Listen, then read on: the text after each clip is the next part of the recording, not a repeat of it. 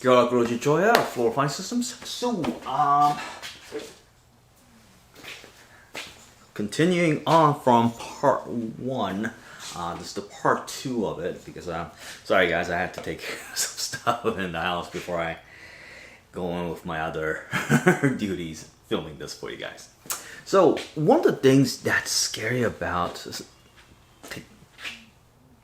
we'll go back into that later. So, that's another part of my video.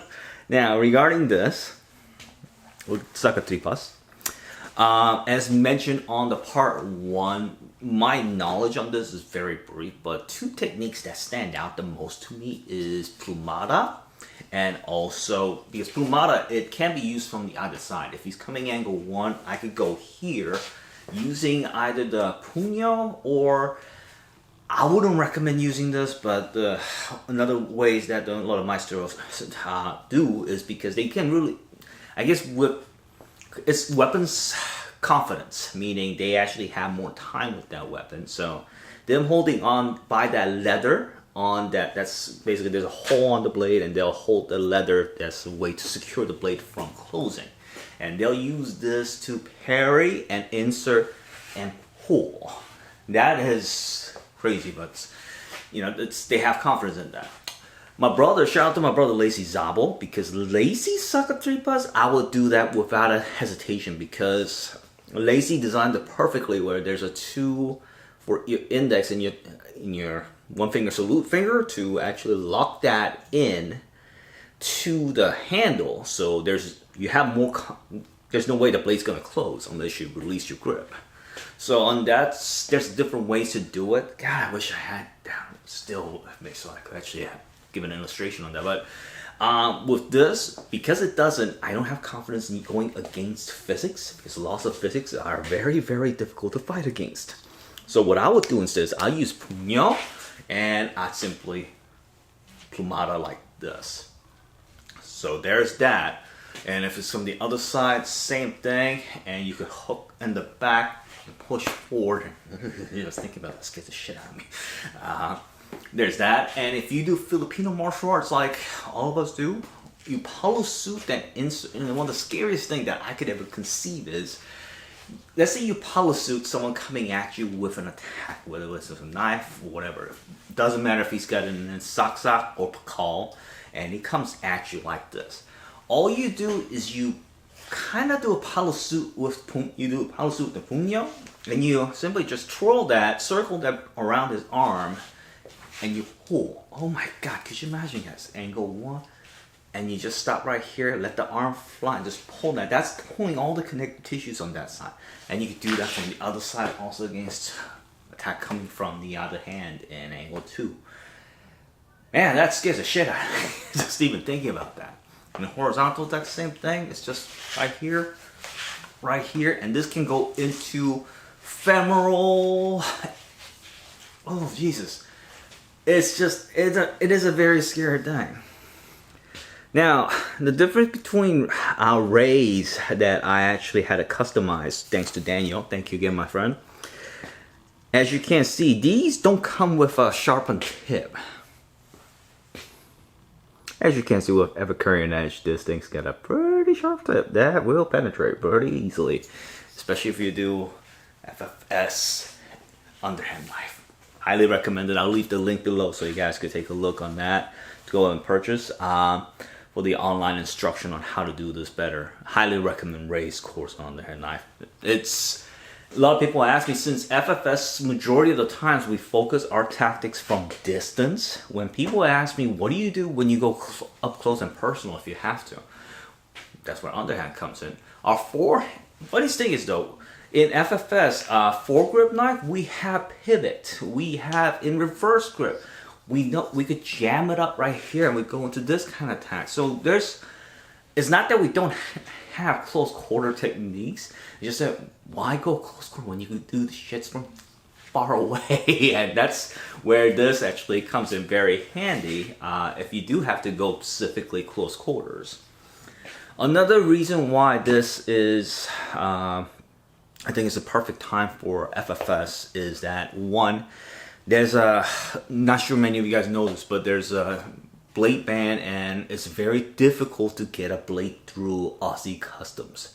This is the reason why I won't be publishing this video until it's in Ray's hand. So, sorry Aussie Customs, you missed me.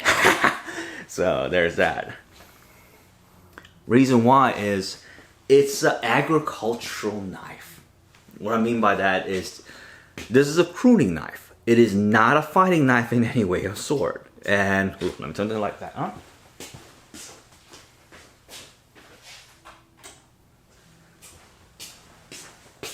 Two, it's a collapsing knife.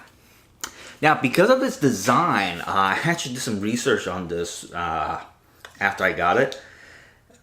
Even in countries like Great Britain, this is actually passable because they don't consider this as a locking knife. Because UK has a very significant blade band, but when Kira was doing her research, she told me that she could find some in UK.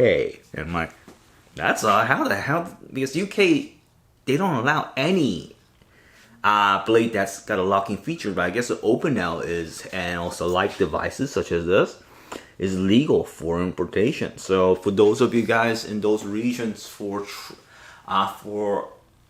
fighting systems use and practice, I highly recommend getting one of these for FFS Underhand knife. The confidence that I like about this is, one, the lock is very secure. It's like if you're used to using Benchmade, the switch locks, you would use this without a single worry. So that's very cool. Only thing that I wish, Ray, when you get this, I highly recommend, if you can, putting a lanyard on this. I mean, there is a hole, I guess that's where a lanyard's supposed to go. I would use kangaroo leather, and if you got a lanyard on this, there's not much that, oh my god, I absolutely love this thing.